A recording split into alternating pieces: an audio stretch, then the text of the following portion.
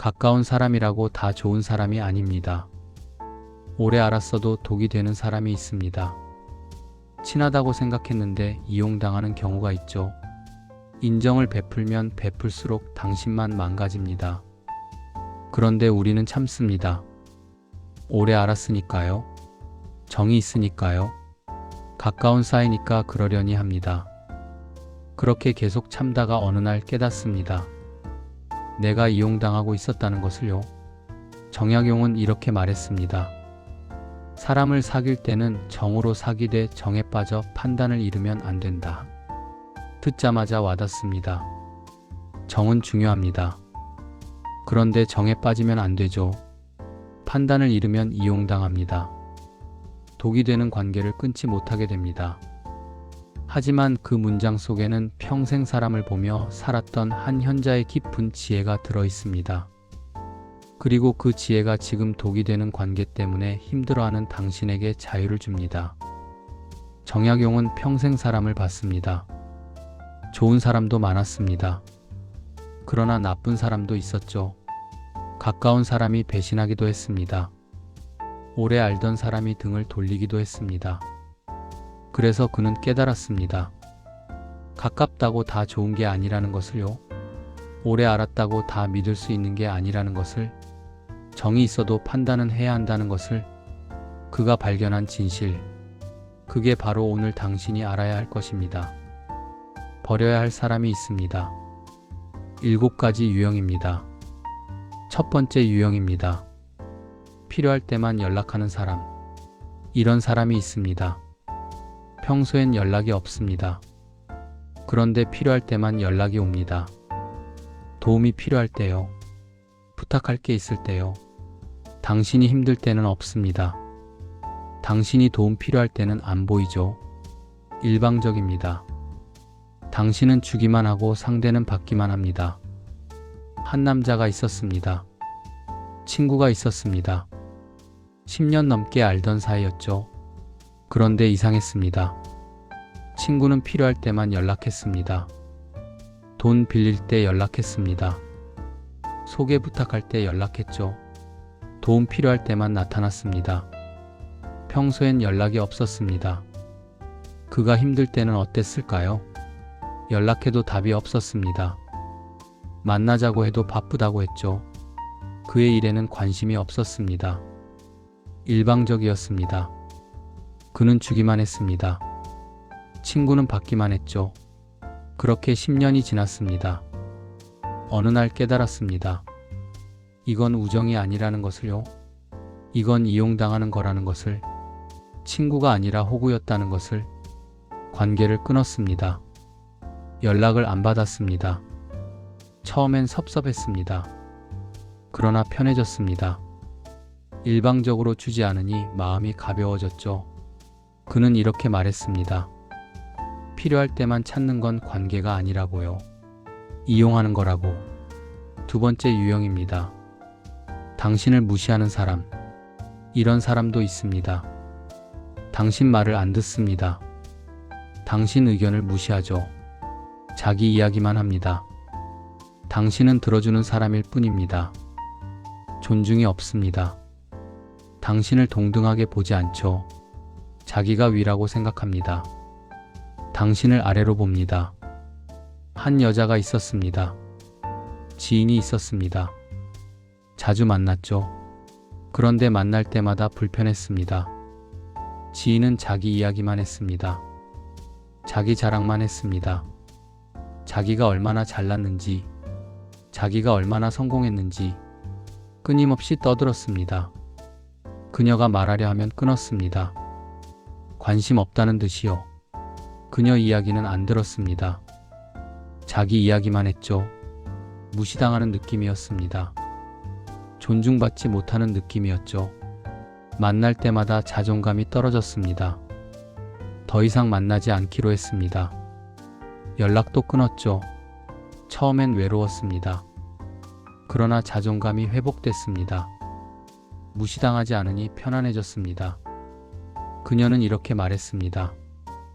무시하는 사람과는 함께할 수 없다고요. 존중이 기본이라고. 세 번째 유형입니다. 뒤에서 욕하는 사람. 이런 사람도 있습니다. 앞에서는 친절합니다. 웃으며 대하죠. 그런데 뒤에서는 다릅니다. 욕을 합니다. 험담을 하죠. 이중적입니다. 믿을 수 없습니다. 앞뒤가 다릅니다. 그런 사람과는 진짜 관계를 맺을 수 없습니다. 한 남자가 있었습니다. 동료가 있었습니다. 친하게 지냈죠. 앞에서는 좋은 사람이었습니다. 웃으며 대했습니다. 그런데 다른 사람을 통해 들었습니다. 동료가 뒤에서 자기 욕을 한다고요. 자기가 일을 못한다고. 자기가 이상하다고. 충격이었습니다. 앞에서는 그렇게 친절했는데요. 웃으며 대했는데 뒤에서는 험담을 하고 있었습니다. 믿을 수 없었습니다. 이중적이었습니다. 더 이상 가까이 할 수 없었죠. 거리를 뒀습니다. 형식적으로만 대했습니다. 친한 척하지 않았죠. 마음이 편해졌습니다. 이중적인 사람과 멀어지니 안심이 됐습니다. 그는 이렇게 말했습니다. 뒤에서 욕하는 사람은 친구가 아니라고요. 절대 믿으면 안 된다고. 네 번째 유형입니다. 당신을 비교하며 깎아내리는 사람. 이런 사람도 있습니다. 항상 비교합니다. 당신과 다른 사람을, 당신과 자기를, 그리고 당신을 깎아내립니다. 우위에 서려 합니다. 자기가 위라고 느끼고 싶어 하죠. 그래서 당신을 아래로 만듭니다. 비교하며 깎아내립니다. 한 여자가 있었습니다. 동창이 있었습니다. 가끔 만났죠. 그런데 만날 때마다 비교당했습니다. 누구는 승진했는데 너는 아직이네. 누구는 집 샀는데 너는 전세네. 누구는 결혼 잘했는데 너는 그냥 그렇네. 끊임없이 비교했습니다. 그리고 그녀를 깎아내렸죠. 우월감을 느끼고 싶었던 겁니다. 자기가 위라고 느끼고 싶었던 거죠. 만날 때마다 기분이 나빴습니다. 자존감이 떨어졌습니다. 내가 부족한 것 같았죠. 더 이상 만나지 않았습니다. 동창회도 안 나갔습니다. 비교당하지 않으니 편해졌습니다. 자존감도 회복됐죠. 그녀는 이렇게 말했습니다. 비교하는 사람과는 함께할 수 없다고요. 깎아내리는 사람은 친구가 아니라고. 다섯 번째 유형입니다. 약속을 안 지키는 사람. 이런 사람도 있습니다. 약속을 합니다. 그런데 안 지키죠. 시간 약속도 안 지킵니다. 돈 약속도 안 지키죠. 핑계만 늘어놓습니다. 믿을 수 없습니다. 약속을 안 지키는 사람은 신뢰할 수 없죠. 관계의 기본이 무너진 겁니다. 한 남자가 있었습니다. 친구가 있었습니다. 돈을 빌려줬죠. 친구는 약속했습니다. 한 달 후 갚겠다고. 한 달이 지났습니다. 연락이 없었습니다. 연락했습니다. 친구는 핑계를 댔죠. 다음 달에 갚겠다고. 또 한 달이 지났습니다. 여전히 안 갚았습니다. 또 핑계였죠. 그렇게 1년이 지났습니다. 돈은 안 돌아왔습니다. 약속을 안 지키는 겁니다. 믿을 수 없었습니다. 더 이상 친구라고 생각하지 않았죠. 관계를 끊었습니다. 돈은 포기했습니다.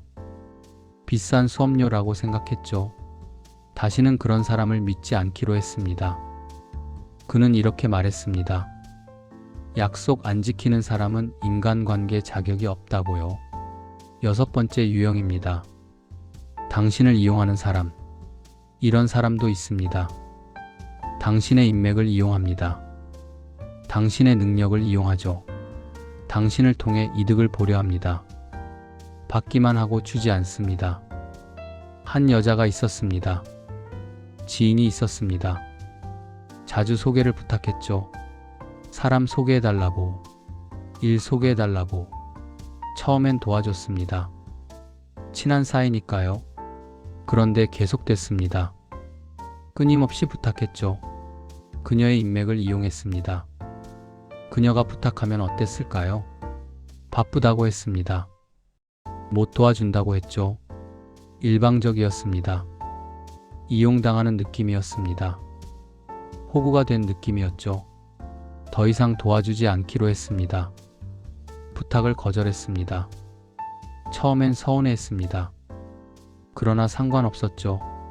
이용당하지 않으니 편했습니다. 그녀는 이렇게 말했습니다. 이용하는 사람은 관계가 아니라고요. 그냥 거래라고. 7번째 유형입니다. 부정적 에너지만 주는 사람. 이런 사람도 있습니다. 만나면 피곤합니다. 항상 불평불만이죠. 항상 부정적입니다. 에너지를 빨아갑니다. 한 남자가 있었습니다. 친구가 있었습니다. 만나면 항상 불평했죠. 세상 탓, 남 탓, 회사 탓. 끊임없이 불평했습니다. 처음엔 들어줬습니다. 위로해줬죠. 그런데 바뀌는 게 없었습니다. 다음에 만나도 똑같았습니다. 계속 불평만 했죠. 만날 때마다 피곤했습니다. 에너지가 빨렸습니다. 집에 오면 우울했죠. 친구의 부정적 에너지가 옮은 겁니다. 더 이상 만나지 않기로 했습니다.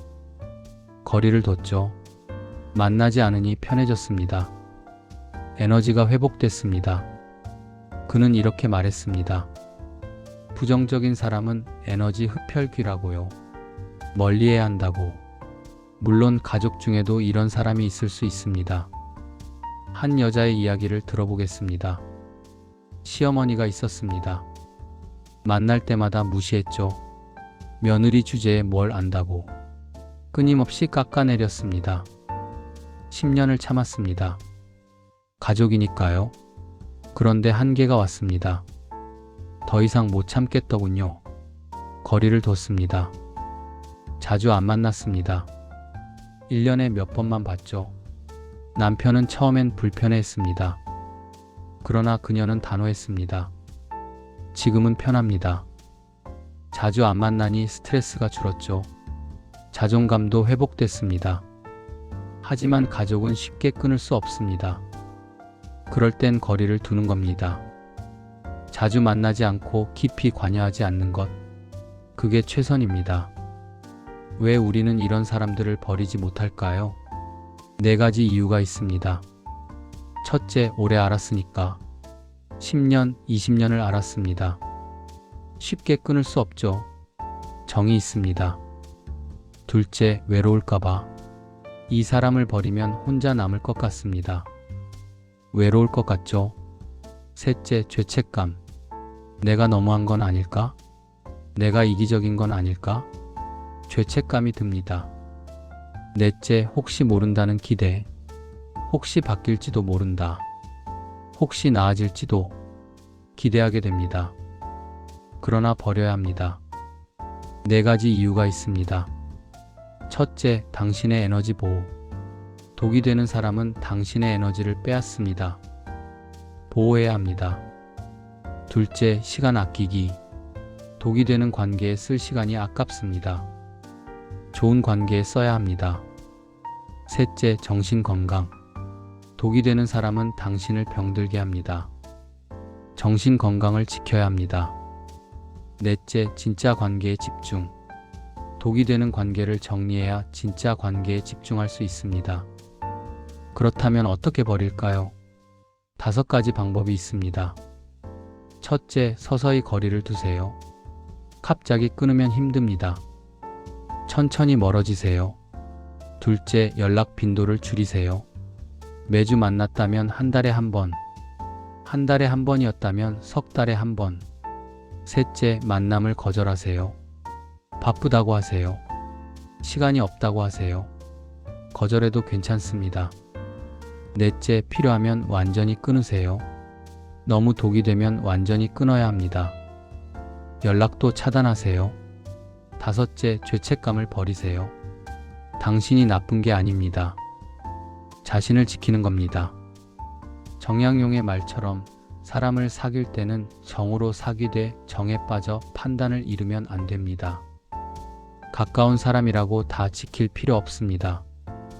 인정 베풀다 톡 되는 관계가 있습니다. 필요할 때만 찾는 사람, 무시하는 사람, 뒤에서 욕하는 사람, 비교하며 깎아내리는 사람, 약속 안 지키는 사람, 이용하는 사람, 부정적 에너지만 주는 사람. 이런 사람은 아무리 가까워도 버리세요. 오래 알았어도 버리세요. 정이 있어도 버리세요. 인정 베풀면 톡 됩니다. 당신만 망가집니다. 버리세요. 당신의 평화가 더 중요합니다. 감사합니다. 바른 라디오였습니다.